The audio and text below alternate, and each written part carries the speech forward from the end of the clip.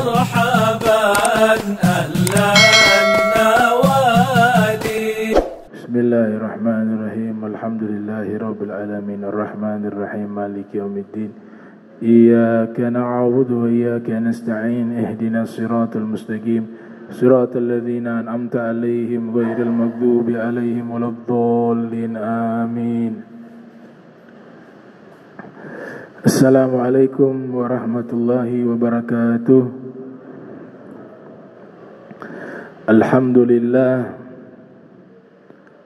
Alhamdulillahilladzi hadana li hadza wa ma kunna linahtadiya laula an hadanallah. Thumma assalatu wassalamu ala Rasulillah Sayyidina Muhammad ibn Abdillah wa ala alihi wa sahbihi wa man walah, amma ba'du. Subhanaka la ilma lana illa ma 'allamtana innaka antal alimul hakim. Rabbi ishrah li sadri wa yassir li amrin wahlul 'uqdatan min lisani yafqahu qawli wasaddid lisani wahdi qalbi bihaqqi sayyidina Muhammadin sallallahu alaihi wa alihi wa barak wasallam. Ya man huwa fi 'uluwihi kain, ya man huwa fi fi'li hamid, ya man huwa fi majdihi matin. Allahumma akrimna binuril fahmi wa akhrijna min zulumatil wahmi warzuqna fahman nabiyyin wa hifdal mursalin wa ilhama malaikatil mukarrabin. Rabbana zidna ilman wa fahma wa aqla ya akramal akramin bihaqqi sayyidina Muhammadin khatamil anbiya wal mursalin. Ya Rahman ya Rahim wa sallallahu ala sayyidina Muhammadin wa ala alihi wa sahbihi wa barak wasallam. Alhamdulillahi rabbil alamin. Alhamdulillah, puji syukur kehadirat Allah. Salawat dan salam senantiasa kita curahkan kepada junjungan mulia Nabi kita tercinta Sayyiduna wa Maulana Muhammad sallallahu alaihi wa alihi wa barak wasallam, dan juga kepada seluruh sahabat beliau, keluarga beliau dan umatnya. Yang saya muliakan, saya hormati para imam Masjid Al-Muhajirin, wabil khusus Ami Alwi Albar, dan seluruh pengurus dan seluruh jamaah yang hadir di malam yang mulia ini. Qala muallif rahimahumullah, bab ashabil hirab fil masjidi. Haddatsana Abdul Aziz ibnu Abdillah qala haddatsana Ibrahim ibnu Sa'ad an Salih an ibni Shihab qala akhbarani Urwah ibn Zubair anna Aisyata qalat laqad ra'aitu Rasulullah sallallahu alaihi wasallam yawman ala babi hujrati wal habasyah yal'abuna fil masjidi wa Rasulullah sallallahu alaihi wasallam yasturuni biridaihi anzuru ila la'ibihim. Masih membahas hadis yang di pertemuan lalu tentang Al-Habasyah, orang-orang Ethiopia yang melakukan peragaan tradisi mereka dengan menggunakan tombak di dalam masjid Nabi Muhammad SAW. Nah, ini kitab yang saya bawa adalah syarahnya Fathul Bari. Jadi syarah artinya menjelaskan kitab hadis Sahih Al-Bukhari, dijelaskan secara spesifik dan lebih luas penjelasannya. Itu namanya syarhun, penjelasan.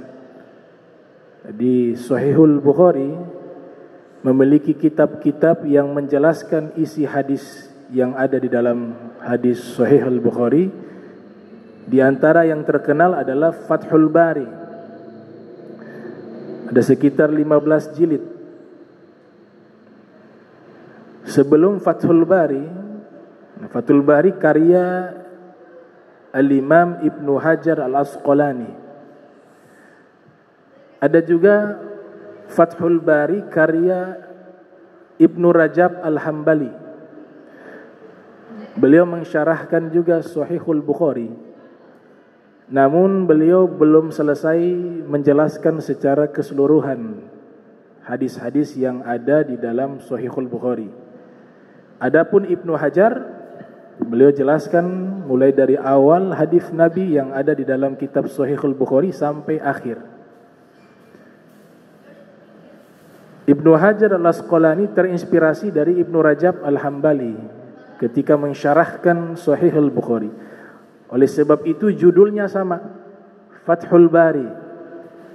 Ibnu Rajab Hambali, kitab yang menjelaskan isi hadis Sahihul Bukhari, judulnya Fathul Bari.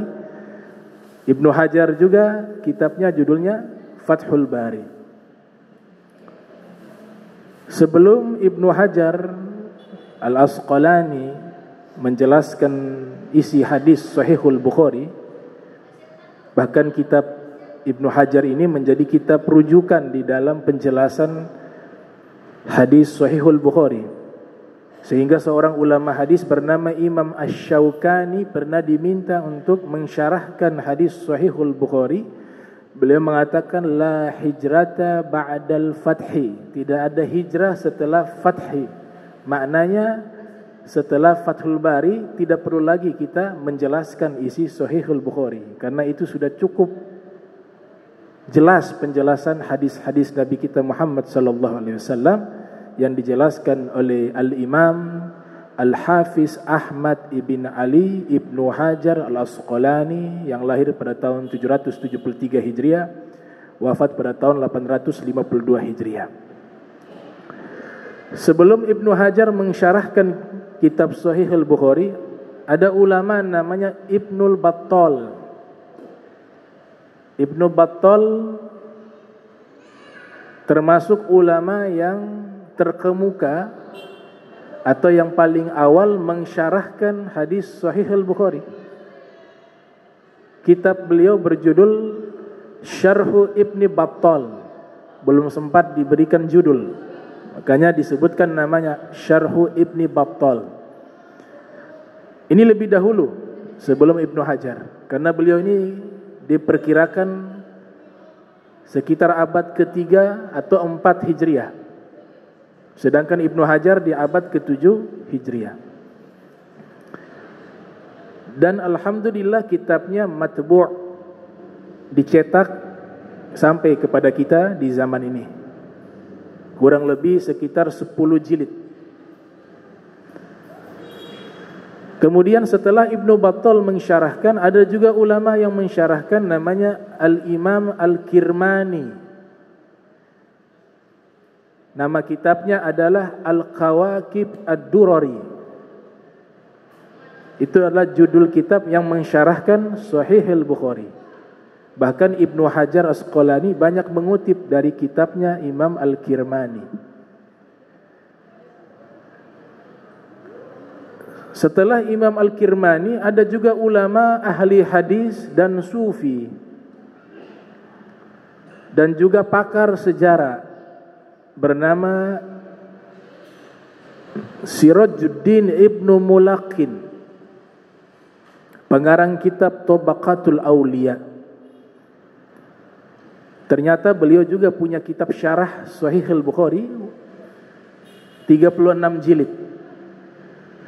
36 jilid berjudul At-Tawdih. Kemudian muncul ulama setelahnya namanya Al-Imam Al-Qastalani.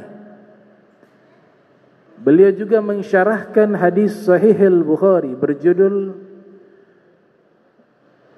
Irsyadus Sari ala Syarhi Sahihul Bukhari. Ada juga ulama bernama Al-Imam Al-Aini Al-Hanafi, mazhab Hanafi. Beliau juga mensyarahkan hadis Sahihul Bukhari berjudul Umdatul Qari ala Syarhi Sahihul Bukhari. Dan masih banyak ulama-ulama lainnya yang menjelaskan isi hadis yang dikumpulkan oleh Imam Muhammad Al-Bukhari yang terkenal dengan nama Sahihul Bukhari. Ini sekilas tentang syarah atau syuruhul kitab Sahihul Bukhari. Penjelasan-penjelasan kitab Sahihul Bukhari yang sudah dijelaskan oleh para ulama terdahulu. Hadis masih dibahas tentang hadis yang diriwayatkan oleh Sayyidatuna Aisyah mengatakan, laqad ra'aitu Rasulullah sallallahu alaihi wasallam yauman ala babi hujrati. Saya melihat Rasulullah sallallahu alaihi wasallam pada suatu hari berdiri di depan pintu kamarku. Wal habasyatu yal'abuna fil masjidi, dan orang-orang Ethiopia, orang-orang Habasyah, mereka sedang bermain di dalam masjid. Redaksinya bermain, namun di hadis Sahih Muslim dijelaskan secara spesifik, mereka sedang melakukan semacam tarian tradisional menggunakan tombak. Tombak. Makanya Imam Bukhari menempatkan babnya itu dengan bab ashabil hirab fil masjid. Bab orang-orang yang memakai tombak di dalam masjid. Apakah Nabi melarang pada waktu itu? Tidak. Nabi tidak melarang karena mereka lakukan itu sudah memenuhi syarat, tidak mengotori kehormatan masjid.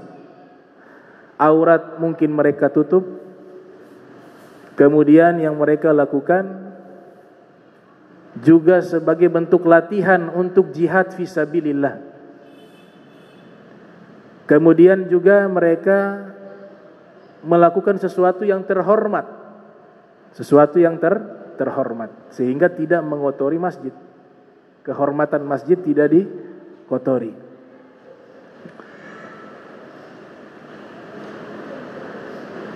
Wa Rasul sallallahu alaihi wasallam yasturuni biridaihi anzuru ila la'ibihim.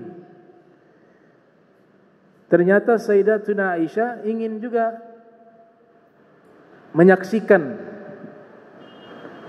tarian tradisional orang-orang Ethiopia yang sedang diadakan di dalam masjid. Imam Malik mengatakan itu di luar masjid. Sebagian ulama mengatakan enggak, itu di dalam masjid. Ada terjadi khilaf. Malikiyah mengatakan bahwa Sayyidatuna Aisyah itu menonton mereka itu bukan di dalam masjid tapi di luar masjid. Tapi kalau konteks hadis ini mengatakan kamar, berarti di dalam masjid. Di dalam masjid. Wa Rasul sallallahu alaihi wasallam yasturuni biridaihi anzuru ila la'ibihim, dan Nabi sallallahu alaihi wasallam menutupku dengan ridanya sehingga aku bisa menonton, menyaksikan tarian tradisional yang sedang mereka mainkan. Ila la'ibihim. Di dalam Sahih Muslim dikatakan, diriwayatkan oleh Imam Muslim, Sayyidatuna Aisyah meletakkan dagunya di pundak Nabi. Meletakkan dagunya di pundak Nabi. Kemudian Nabi mengatakan, bagaimana? Cukup? Belum ya Rasulullah. Jangan buru-buru, kata Sayyidatuna Aisyah. La tu'ajjil. Jangan buru-buru ya Rasulullah, sebentar lagi, saya masih mau nonton. Nabi biarkan lagi. Kemudian Nabi bertanya lagi, gimana? Hasbuk? Cukup? Belum ya Rasulullah. La tu'ajjil. Jangan buru-buru ya Rasulullah. Beliau di dagu ya, di pundaknya Nabi.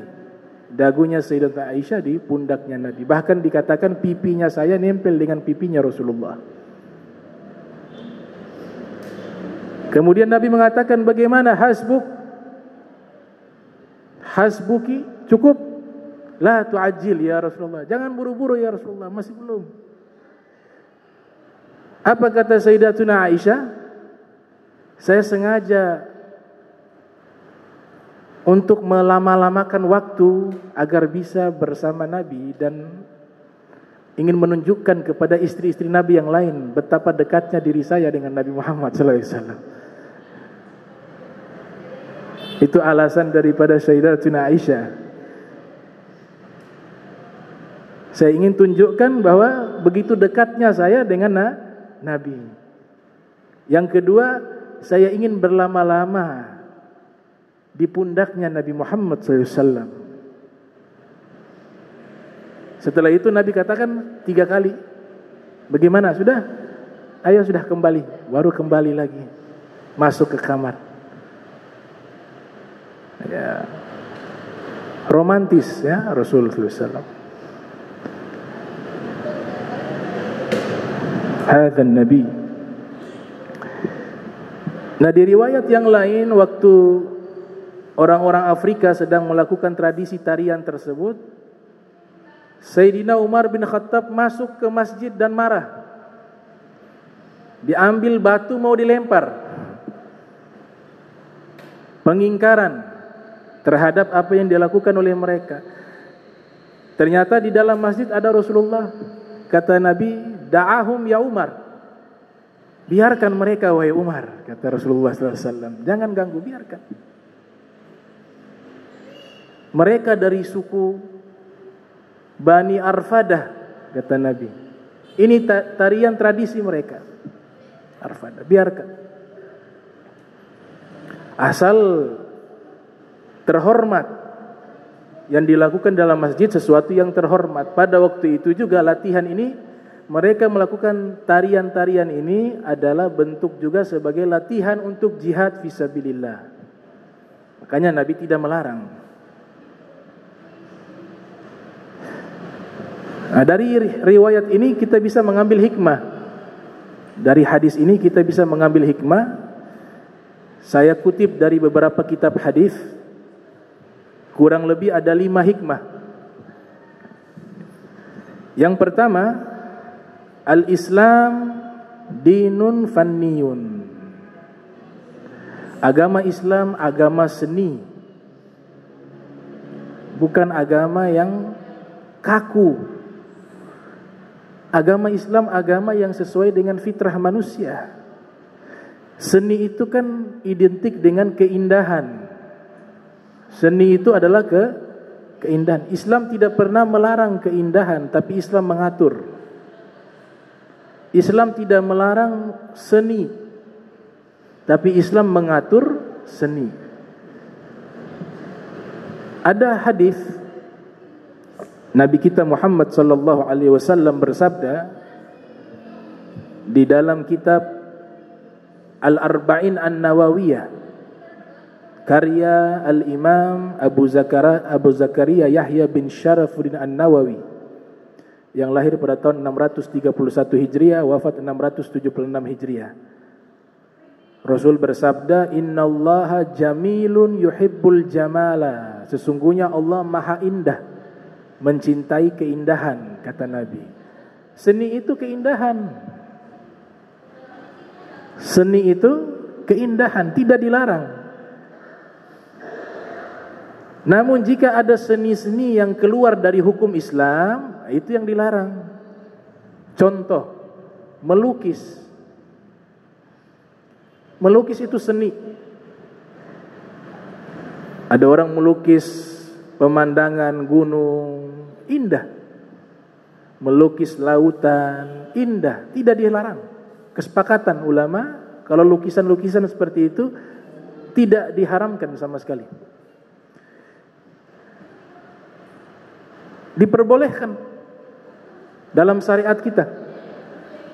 Tapi ketika melukis makhluk hidup ada khilaf. Ada khilaf makhluk hidup melukisnya. Ada yang mengatakan haram, ada yang mengatakan boleh. Yang mengatakan haram secara mutlak patung makhluk hidup. Itu kesepakatan semua ulama. Tapi ketika menggambar pemandangan yang indah, itu diperbolehkan. Bahkan ada ulama besar yang alhamdulillah hidup di zaman kita dan beliau masih hidup, semoga umur beliau panjang, bernama Profesor Dr. Al-Mufakkir Islam Al-Habib Abu Bakar Al-Mashhur Al-Adni. Beliau ini mempopulerkan satu bidang ilmu baru, namanya Fiqhut Tahawulat, fikih transformasi, membahas tentang tanda-tanda hari kiamat. Ternyata beliau seniman juga. Beliau di sela-sela waktu kosong beliau suka melukis. Bahkan lukisan beliau itu dijadikan pameran. Lukisan beliau dijadikan pameran. Melukis pemandangan, tulisan-tulisan atau lukisan-lukisan abstrak itu beliau di waktu kosong beliau melukis. Sampai dikatakan lukisan beliau sudah ratusan ulama. Padahal kalau dihitung waktunya sebenarnya tidak cukup untuk melukis. Mengarang kitab, mengajar di mana-mana, ibadah, mendidik murid, sudah waktunya sudah tidak cukup. Tapi beliau sempatkan juga untuk melukis. Dan lukisannya itu diadakan sebuah pameran khusus. Ditanya kenapa begitu sibuk disempatkan melukis? Karena beliau lukisan itu adalah satu bentuk ekspresi di dalam jiwa manusia, itu dituangkan lewat kanvas. Kemudian agama Islam adalah agama yang mencintai keindahan, dan lukisan ini bagian daripada seni keindahan, kata beliau. Bahkan seorang mufti di Mesir, mantan mufti, bernama Profesor Dr. Syekh Ali Jum'ah, dalam satu wawancara beliau mengatakan musik itu tergantung dengan keadaan dan isi liriknya dan tempatnya, tidak boleh dihukumi secara mutlak haram. Imam Ghazali mengatakan nyanyian sama seperti berbicara. Jika isi nyanyian itu adalah kebaikan, maka kebaikan. Tapi isi nyanyian itu adalah keburukan, maka itu keburukan. Dengan syarat tidak sampai melalaikan ibadah. Yang menyanyinya menutup aurat, tidak menimbulkan fitnah suaranya itu. Nah, ini pembahasan secara fikih, ada ikhtilaf. Mengatakan haram ada, mengatakan boleh juga ada. Nah, Syekh Ali Jum'ah mengatakan di antara musik-musik yang justru mengingatkan kita kepada Tuhan itu beliau sebutkan Beethoven. Instrumental, pakai piano. Itu tulisan-tulisannya itu, nada-nadanya itu menggambarkan alam semesta. Yang dimana di dalam Al-Quran dan Hadis Nabi diperintahkan kita banyak tafakkur terhadap alam semesta. Inna fi khalqis samawati wal ardi wa ikhtilafi lail wan nahar. Allah Ta'ala berfirman, sesungguhnya dalam penciptaan langit dan bumi, pergantian malam dan siang, terdapat tanda-tanda kebesaran Allah Subhanahu wa Ta'ala. Ternyata instrumentalnya Beethoven itu, ya isinya itu tentang alam semesta. Maka Syekh Ali Jum'ah mengatakan kalau yang seperti ini tidak haram sama sekali. Justru kita mendengar ada ketenangan, kemudian mengingat Tuhan, dengan catatan jangan sampai jadi ketagihan akhirnya Al-Quran ditinggalkan. Ya, itu yang salah. Jadi menyatakan halal dan haram itu tidak mudah. Itu haknya para mujtahid, bukan haknya kita. Tidak cukup satu hadis, tidak cukup satu ayat. Pembahasan yang panjang baru bisa ditemukan satu hukum. Bukan pembahasan yang sederhana. Jadi agama Islam tidak pernah anti dengan namanya seni, tapi agama Islam mengatur seni. Imam Ghazali mengatakan dalam kitab Ihya Ulumuddin, Imam Ghazali Hujjatul Islam, bicara ilmu beliau luar biasa. Bicara ibadah beliau luar biasa. Tapi apa pernyataan beliau yang beliau isyaratkan di dalam kitab Ihya Ulumuddin? Beliau mengatakan bahwa orang yang hidup tanpa seni itu hampa.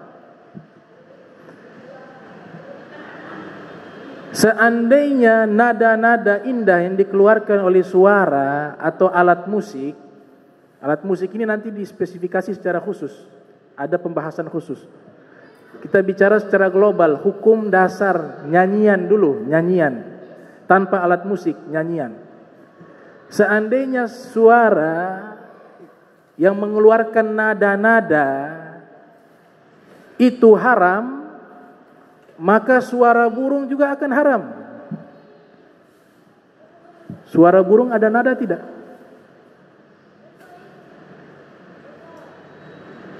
Tapi tidak haram. Bahkan suara burung itu nadanya lebih banyak daripada nadanya manusia.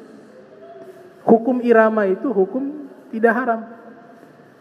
Kalau memang suara nyanyian itu haram, maka suara sungai yang mengalir juga haram, karena itu ada nadanya. Kemudian beliau simpulkan, maka nyanyian itu seperti berbicara hukumnya. Nyanyian hukumnya sama seperti berbicara. Jika lirik-liriknya yang keluar adalah baik, maka baik. Makanya lagu-lagu yang salawat-salawat, nah, saya lebih cenderung kepada lagu-lagu salawat Nabi. Bagus tidak? Bagus. Mahir Zain misalnya, enak. Habib Syekh, gak ada melalaikan, justru tambah cinta kepada Nabi, tambah senang berbuat baik dengan syair-syair. Karena kenapa?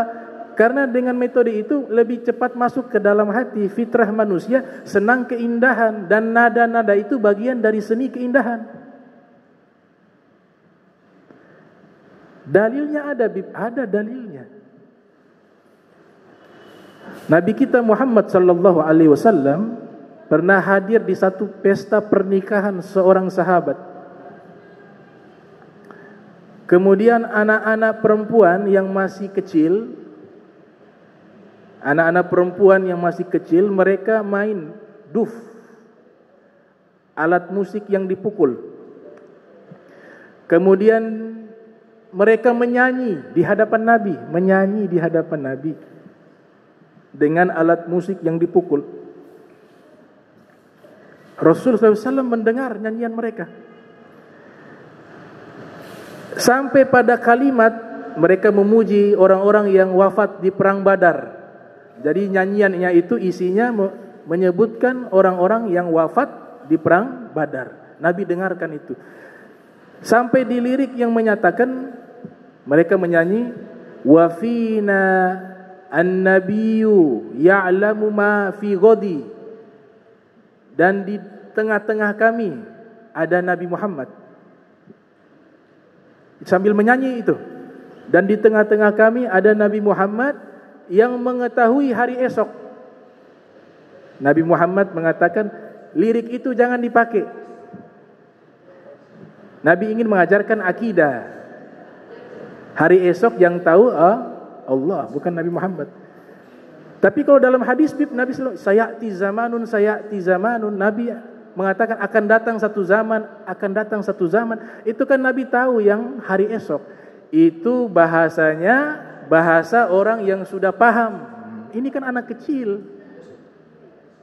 Kalau orang sudah paham, Nabi tahu hari esok dengan izinnya Allah. Nabi tahu. Tapi kan anak kecil ini, makanya Nabi bilang itu lirik itu ditinggalkan. Tapi yang tadi engkau memuji orang-orang yang wafat di perang Badar, silakan, kata Nabi. Nah, ini kan dalil bahwa menyanyi itu boleh. Di depan Nabi dia menyanyi, anak-anak kecil. Lirik yang tidak baik itulah yang diganti oleh Nabi. Lirik yang baik Nabi biarkan, Nabi izinkan. Riwayat yang sahih.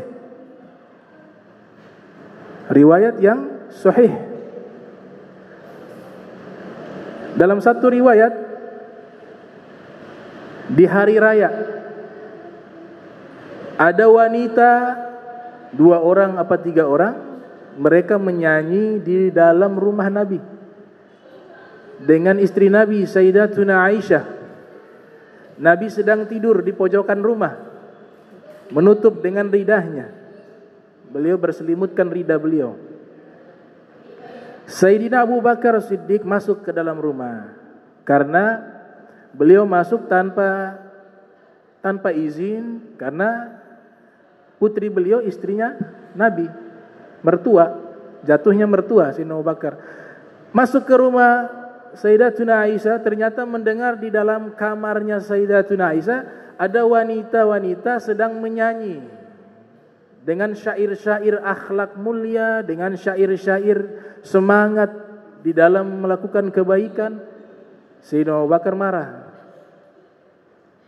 Kalian berani menyanyi di rumahnya Nabi, membawa serulung-serulingsnya setan di dalam rumah Nabi? Nabi mendengar itu suara.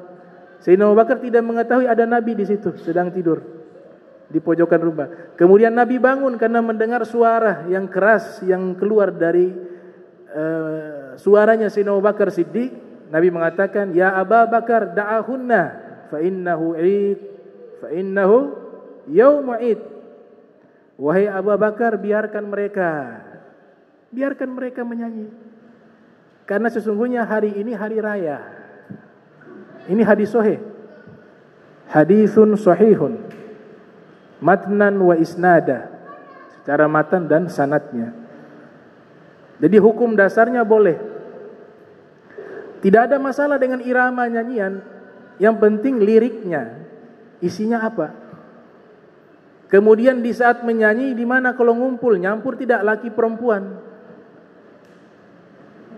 Nah ini harus diperhatikan, di setiap acara diharamkan laki-laki perempuan campur. Perempuan itu harus punya sifat haya, sifat malu. Itu tempat laki-laki, jangan masuk perempuan di situ. Jangan minta foto, apalagi ada ustadz. Ada Ustadz Abdul Somad misalnya, yang perempuan mau foto, gak bagus.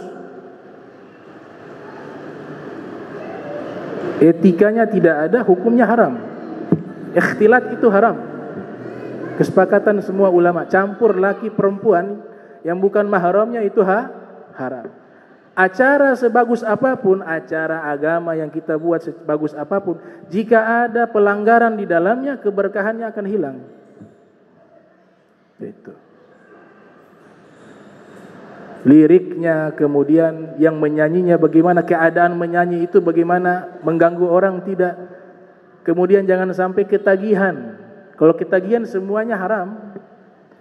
Ketagihan sampai lupa sholat dan sebagainya, lupa ibadah. Nah, tapi hukum dasarnya boleh.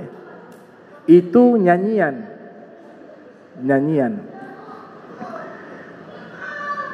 Di dalam hadis Rasul sallallahu alaihi wasallam, coba perhatikan hadis ini. Ternyata semua para nabi itu suaranya bagus.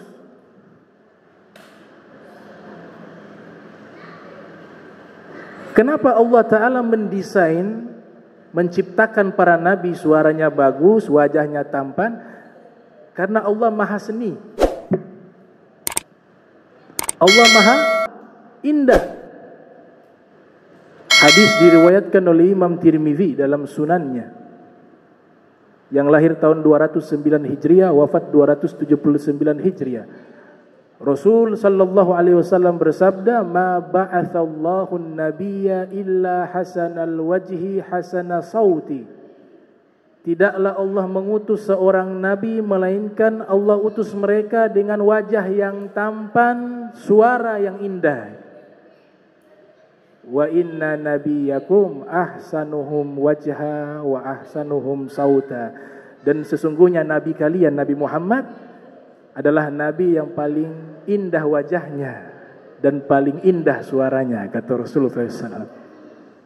Rasulullah lebih indah suaranya dari seluruh para nabi. Rasulullah lebih indah wajahnya dari seluruh para nabi. Bahkan seluruh manusia, seluruh makhluk, yang paling terindah adalah Nabi Muhammad. Jadi Nabi Muhammad itu adalah ciptaan Allah dengan seni tertinggi. Nabi Muhammad adalah ciptaan Allah dengan seni keindahan yang paling tertinggi. Wajahnya paling tampan, fisiknya paling profesional, suaranya paling indah,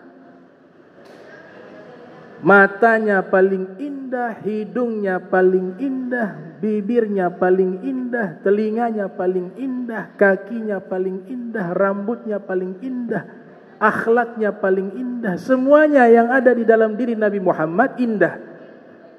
Hasil karya Allah yang paling terbaik adalah Allah menciptakan Nabi Muhammad sallallahu alaihi wasallam. Makanya Imam Busiri buat syair. Imam Busiri dalam Maulid Burdah itu mengatakan ketika mensifati Nabi Muhammad, fahuwallazi tamma ma'nahu wa suratuhu thumma astafahu habiban bari'un nasami munazzahu an syarikin fi mahasinihi fajauharul husni fihi gairu munqasimi. Sungguh telah sempurna Nabi Muhammad, fisik dan akhlaknya sempurna. Kemudian Allah Ta'ala ketika telah menciptakan Nabi Muhammad, Allah mengangkat Nabi Muhammad sebagai kekasihnya. Tersucikan beliau dari tandingan dari sisi keindahan. Seluruh keindahan, esensinya, sumbernya kembali kepada Nabi Muhammad. Dan keindahan yang dimiliki oleh Nabi Muhammad tidak pernah Allah berikan kepada siapapun dari makhluknya. Jadi Nabi Muhammad hasil seninya Allah yang paling tertinggi, paling indah. Sallu ala Nabi. Allahumma salli wa sallim ala Muhammad. Di dalam riwayat Ahmad bin Hanbal, Nabi sallallahu alaihi wasallam bersabda, Zainul Qur'ana bi aswatikum. Hiasilah Al-Quran dengan suara-suara kalian. Hiasilah Al-Quran dengan suara-suara kalian. Apa syarah dari hadis itu? Dijelaskan oleh para ahli hadis. Maknanya kalau baca Al-Quran, baguskan cara baca. Indahkan suara kalian. Yang suaranya bagus, bacalah dengan indah. Iqra'ul Quran bil-luhunil Arab. Dalam riwayat yang lain, bacalah Al-Quran dengan logat-logatnya bangsa Arab. Muncul satu bidang ilmu namanya ilmu qiraah. Ilmu qiraatil Quran, ilmu membaca Al-Quran. Yang lucunya, dikatakan mutlak nyanyian itu haram, nada dan nyanyian itu haram. Ternyata di dalam ilmu membaca Al-Quran menggunakan nada. Namanya naghamat. Ilmu Al-Quran itu punya nada. Ada jiharkah, ada nahawan, ada bayati, ada hijazi. Ini setiap nadanya beda. Kenapa diperintahkan baca Al-Quran menggunakan nada? Pemahaman ahli hadis terhadap sabda Rasulullah SAW, hiasilah Al-Quran dengan suara kalian. Maknanya, bacalah Al-Quran dengan nada-nada yang indah, yang sudah dijelaskan oleh para ulama. Jadi nada-nadanya sudah ada. Kalau orang belajar ilmu Al-Quran paham itu. Saya 1 tahun belajar tentang masalah qiraah, nahawan, jiharka, bayati, soba, apa lagi? Ada itu beberapa. Itu kan naghamat, nada. Kalau Islam mengharamkan seni, maka akan diharamkan cara baca Al-Quran yang indah. Tapi mengatur. Bahkan ada sahabat yang baca Al-Quran dengan nada yang indah. namanya Abu Musa al-Ash'ari. Dalam hadis Sahih al-Bukhari, Nabi mendengar bacaan Al-Qur'annya yang indah, menggunakan nada kana yataganna bih. Dalam riwayat mengatakan Abu Musa al-Ash'ari ketika membaca Al-Qur'an, beliau melagukan Al-Qur'an. Makna melagukan di sini sesuai dengan kaidah yang sudah diatur, bukan dengan nada-nada yang tidak ada kaidahnya, itu yang dilarang. Apa kata Nabi? Ya Aba Musa, laqad utita mizmaran min mazamiri ali Dauda. Wahai Aba Musa, sungguh engkau diberikan suara indah sama seperti suaranya keluarga-keluarganya Nabi Daud. Nabi Daud itu kan suaranya indah. Ibnu Katsir riwayatkan dalam tafsirnya, yang lahir tahun 700 Hijriah, wafat 774 Hijriah, Nabi Daud ketika membaca kitab Zabur, beliau melagukan dengan indah, dengan irama yang indah. Saking indahnya bacaan beliau, sungai yang mengalir berhenti. Sungai mengalir, mendengar bacaannya berhenti. Burung yang terbang semuanya berhenti, turun. Semuanya mendengarkan keindahan suara Nabi Allah Daud alaihissalam. Hewan-hewan yang di hutan keluar, semuanya mendekati, mengelilingi Nabi Daud untuk menikmati keindahan suara Nabi Allah Daud alaihissalam. Sampai dikatakan oleh Ibnu Katsir dalam tafsirnya, kalau beliau baca terlalu lama, itu hewan-hewan yang mendengar lupa makan, lupa minum, sampai ada yang mati.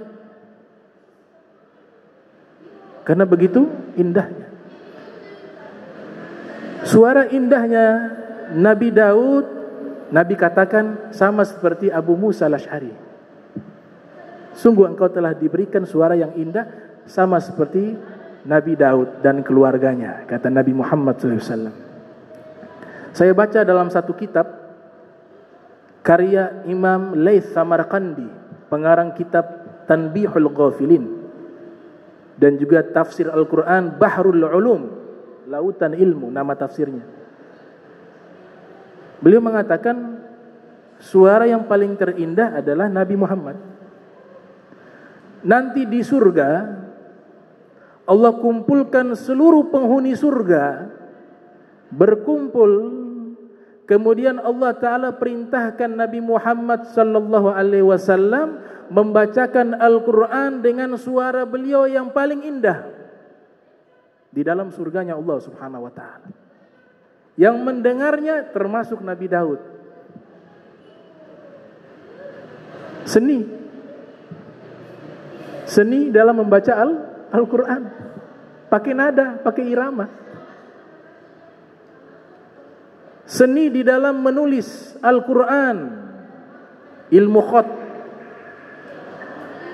Ilmu khat itu setiap tulisan yang indah itu ada seninya masing-masing. Kaligrafi yang nanti berkembang menjadi kaligrafi. Itu kalau tidak pakai seni, tidak mungkin indah itu. Bisa indah kenapa? Ada nilai seninya. Kemudian seni berpidato juga diajarkan. Seni di dalam berpuisi, bahasa Arabnya syair. Nabi Muhammad punya syu'ara, para sastrawan, para punjangga. Hasan bin Thabit tugasnya apa? Kata Nabi, uhjuhum ya Hasan. Serang mereka orang-orang musyrik dengan syair-syairmu wahai Hasan, kata Nabi Muhammad SAW. Wa ayyadahu Allah wa ayyidhu biruhil kudus. Dan Allah akan kuatkan dia dengan malaikat Jibril. Pakai syair, puisi, seni puisi. Nabi perintahkan, serang mereka dengan syair-syairmu. Jadi seni tidak pernah dilarang di dalam agama Islam, tetapi diatur di dalam agama Islam. Seni bela diri diajarkan.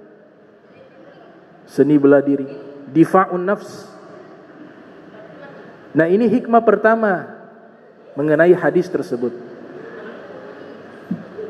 Hikmah kedua, agama Islam memperhatikan tentang kesehatan fisik,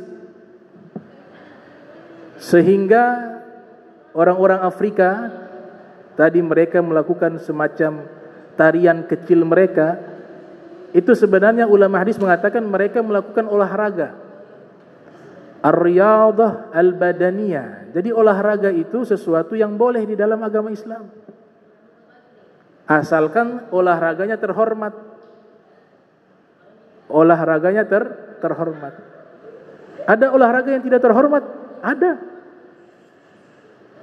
Nah, ini hukumnya bukan karena olahraganya. Olahraganya itu boleh, tapi isi olahraganya ini bagaimana? Ini nanti pertanyaannya disesuaikan dengan syariat. Olahraga terhormat misalnya yang Nabi katakan dalam hadis-hadisnya, kuda, panah, renang dengan menutup aurat. Kalau renang buka aurat gak terhormat. Renang campur laki perempuan tidak terhormat. Renang pakai celana sampai kelihatan dia punya paha, tidak terhormat. Renang menggunakan celana dalam, baju renang, tidak terhormat. Renangnya boleh, bagus. Ada hadis Nabi kita Muhammad sallallahu alaihi wasallam, beliau menyatakan di dalam riwayat Imam Baihaqi dalam kitab Syu'abul Iman, Nabi bersabda, "Allimu abna'akum as-sibahata war-ramya wal mar'ata al-migzal." Wal mar'ata al-migzal. Imam Baihaqi riwayatkan, yang lahir tahun 384, wafat 456 Hijriah, dalam kitab Syu'abul Iman. Nabi mengatakan, ajarkanlah anak-anak kalian berenang, dan ajarkanlah anak-anak kalian mahir di dalam memanah, dan ajarkanlah anak-anak perempuan kalian menjahit, kata Rasul. Makanya menjahit itu perempuan sunnah. Dulu orang tua-tua dulu hobinya menjahit. Itu sunnah Nabi. Nabi suruh didik itu. Itu menyenangkan, hobi yang ada manfaat. Kalau sunnah Nabi kita praktekkan ada keberkahan. Jangan dipikir hanya menjahit saja, masa sunnah sih? Bukan masalah sampai di situ. Masalahnya Nabi yang nyatakan itu hukumnya sunnah. Nabi menganjurkan untuk mengajar kepada anak-anak perempuan kita menjahit. Ada nilai keberkahan plus nilai manfaat. Di riwayat Ibnu Mandeh dalam kitab Al-Ma'rifah, redaksi hadisnya sedikit berbeda. Rasul sallallahu alaihi wasallam bersabda, "Allimu abna'akum sibahata warrimaya wa ni'mal lahul mu'minah fi baitiha al-migzal."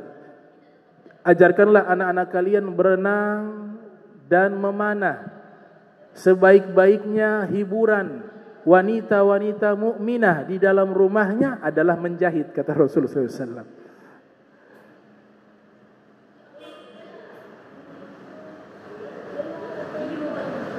Di dalam riwayat Kanzul Ummal, ini kitab karya ulama India, ahli hadis. Ulama-ulama India itu banyak ahli hadis. Nama kitabnya Kanzul Ummal. Sayyidina Umar bin Khattab menulis surat kepada Ahlus Syam yang isinya, ajarkanlah anak-anak kalian berenang, as-sibaha, dan juga rimayah, memanah, dan yang ketiga adalah rukubal khail, bimakna, dengan makna rukubal khail, mengendarai kuda. Kalau zaman sekarang bisa bawa mobil, bawa motor, sunnah. Pernyataan Rasul ada, pernyataan sahabat ada. Sayyidina Umar ibn Khattab.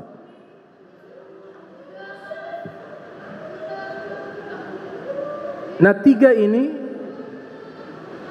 bidang olahraga ini juga kan bagian daripada bentuk perhatian syariat agar kita juga orang yang sehat. Orang yang sehat.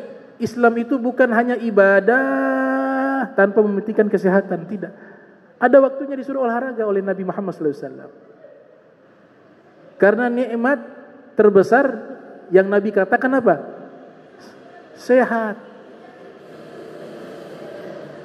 Kita selalu minta, Allahumma inni as'aluka sihhata wal afiyah. Ya Allah, aku meminta kepadamu sehat dan afiat. Nabi katakan kepada pamannya mengatakan, ya Rasulullah, ajarkan kepada saya doa. Nabi katakan, mintalah kepada Allah sehat.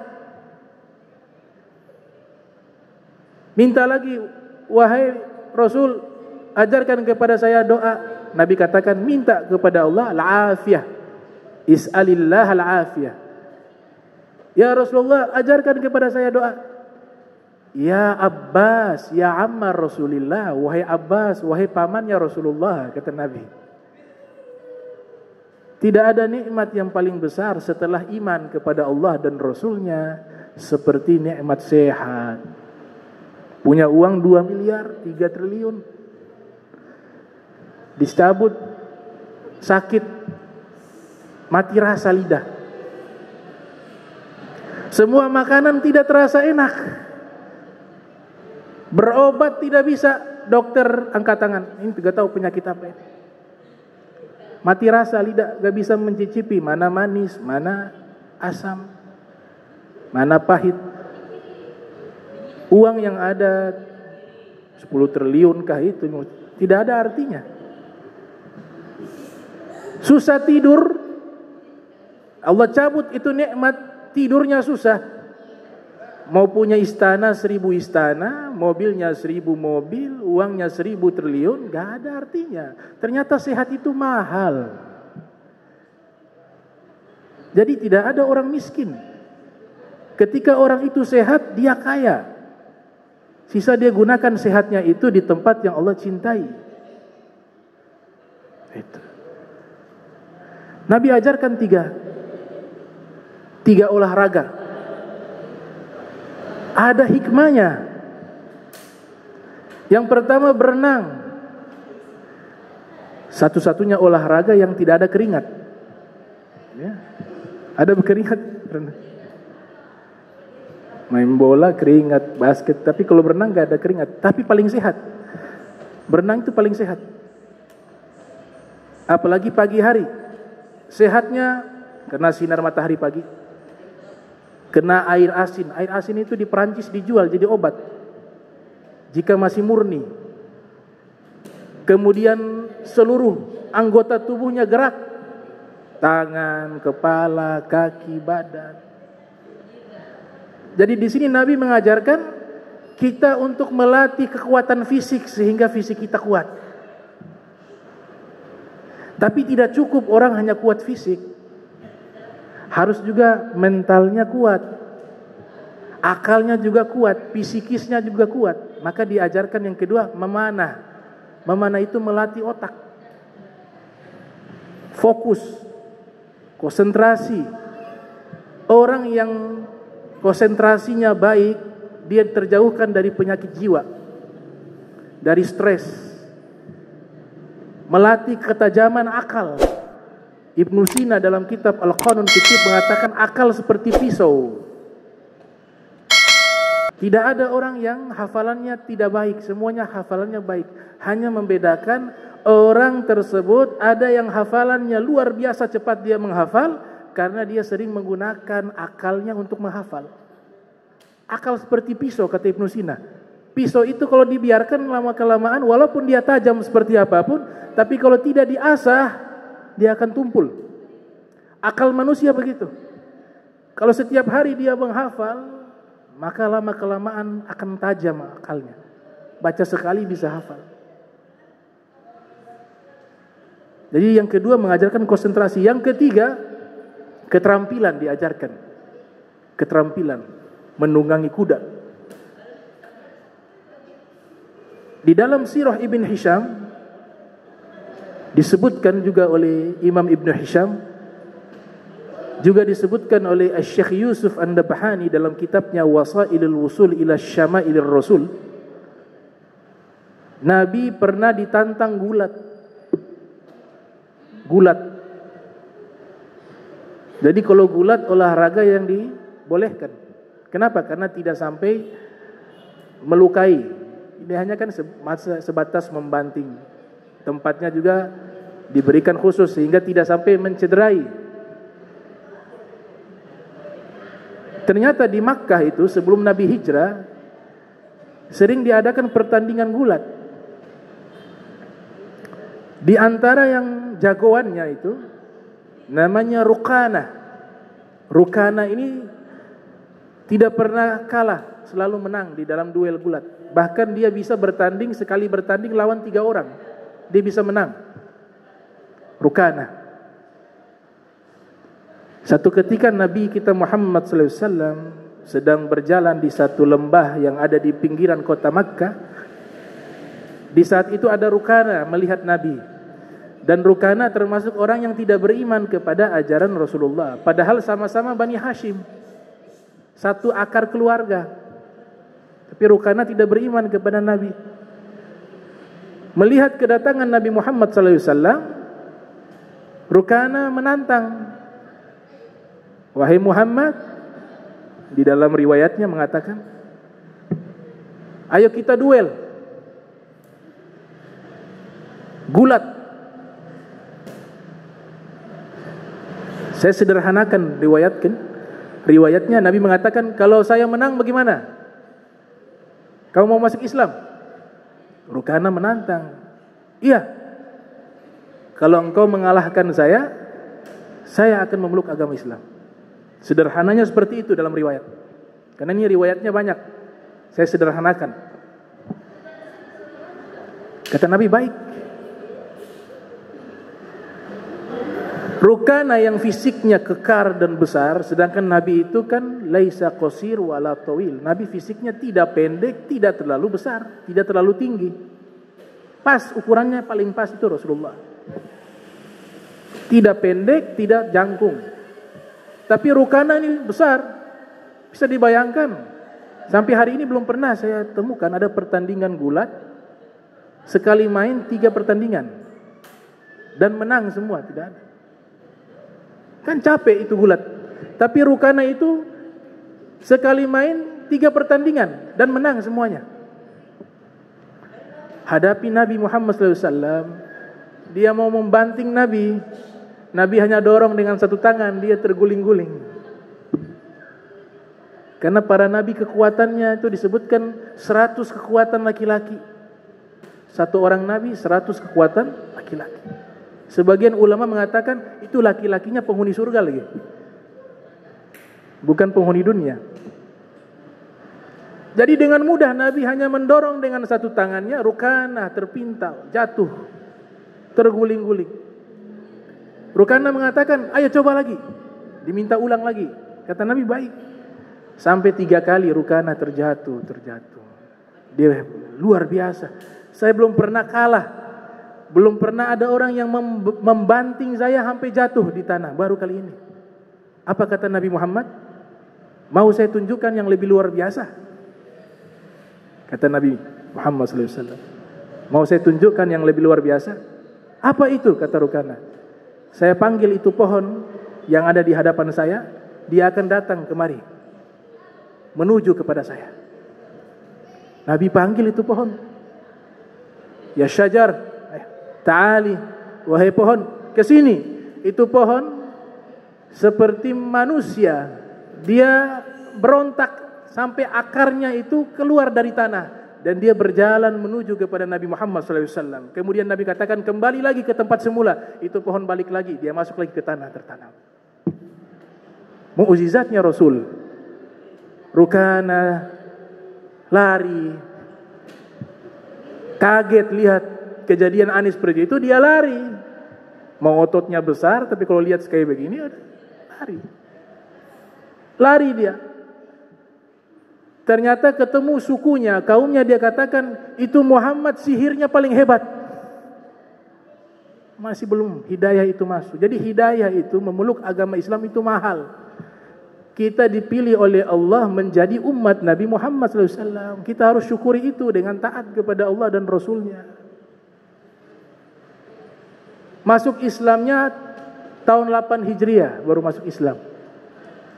Sebagaimana yang disebutkan oleh Al-Baladhuri dalam kitabnya Futuhul Buldan. Dalam kitab Futuhul Buldan. Saya tuntaskan biar selesai hari ini. Kemudian yang ketiga, agama Islam memuliakan budaya satu bangsa. Agama Islam memuliakan budaya, tradisi satu bangsa. Selama tradisinya itu baik, Islam tidak pernah melarang. Ada tradisi yang tidak baik, Islam datang membenahi, bukan menghilangkan. Wali Songo itu berhasil dakwanya. Para aulia, sebenarnya yang mengislamkan ini Nusantara bukan hanya Wali Songo, banyak para aulia yang lainnya. Cuma yang terkenal Wali 9. Coba lihat bagaimana dakwah mereka. Sesuatu yang tradisi-tradisi yang menyimpang, mereka tidak langsung frontal mengatakan ini haram, ini haram, ini haram, ini bid'ah, ini bid'ah, ini bid'ah, ini sesat. Tidak, mereka masuk dengan seni. Ada yang kurang baik diluruskan. Wayang yang dulunya cerita Hindu, cerita dewa-dewa, Sunan Kalijaga melihat ini potensi untuk disisipkan dakwah. Ini seni adalah hiburan yang indah, yang baik, sisa dibenahi saja. Akhirnya diambil media pewayangan itu, tetap dijalankan dakwah lewat situ. Beliau ganti cerita. Yang tadinya cerita tentang dewa-dewa, cerita-cerita yang beraliran Hindu, beliau ganti dengan cerita-cerita hikmah, cerita-cerita para nabi, cerita-cerita para rasul. Tiket masuknya mulai orang tertarik. Tiket masuknya apa? La ilaha illallah Muhammad Rasulullah. La ilaha illallah Muhammad Rasulullah. Lama kelamaan orang banyak tertarik. Oh begini loh, ini agama apa kok indah seperti ini? Agama Islam, masuk Islam tanpa ada paksaan. Alhamdulillah, dakwah seperti ini sudah terbukti. Kalau dakwah yang seperti ini diganti dengan dakwah model sekarang, yang ini sesat, ini bid'ah, ini kafir, ini musyrik, ini negeri masih Hindu, gak ada Islam, baru datang diusir. Tapi dengan hikmah, lihat kesalahan itu, jangan langsung memvonis dulu. Kalaupun salah kan bisa diperbaiki dengan cara yang baik. Ini dakwah diajarkan oleh Nabi kita Muhammad sallallahu alaihi wasallam dan sudah terbukti. Jadi adat, tradisi selama itu baik dilestarikan. Akikah itu tradisi. Sebelum Islam, akikah, anak lahir kemudian potong kambing. Sebelum Islam datang itu sudah ada di masa tradisi jahiliyah. Tapi Nabi tidak menghilangkan, hanya diperbaiki. Kalau biasanya mereka sembelih kambing, darahnya diusap kepada bayi. Hewan yang disembelih diberikan kepada berhala, diganti oleh Nabi. Jangan pakai darah, pakai minyak wangi. Potongnya jangan buat berhala, untuk Allah. Kenapa Nabi menjaga tradisi ini sampai masuk kepada syariat hukumnya sunnah dalam mazhab Syafi'i? Karena substansinya baik. Bentuk syukur. Anak lahir, kullu gulamin murtahinun bi aqiqatihi, kata Nabi. Setiap anak tergadaikan dengan akikah, kata Rasulullah SAW. Dalam hukum syariat namanya al-adah muhakkamah. Adat bisa dijadikan hukum jika adat itu baik dan tidak bertentangan dengan syariat. Itu dalam usul fikih. Ada lima asas dalam usul fikih. 5 asas disebutkan oleh Syekh Yasin Al-Fadani dalam kitab Al-Fawaid Janiyah. Yang pertama, al-umur bimaqasidiha, perkara tergantung niatnya. Semua perkara tergantung niat. Yang kedua itu disebutkan al-masyaqqatu tajlibu taisir, jika ada yang sulit dipermudah dengan fatwa-fatwa para ulama yang mu'tabarah. Yang ketiga, al-yakin la yuzal bisyak, yakin tidak bisa hilang dengan keraguan. Sudah batal wudu apa belum ya? Sudah, yakin aja. Sah. Kenapa? Awalnya sudah wudu, hanya ragunya ini batal apa belum? Ambil yang yakin, hilang itu ragu. Tapi kalau ragunya sudah wudu apa belum? Ambil belum wudu lagi.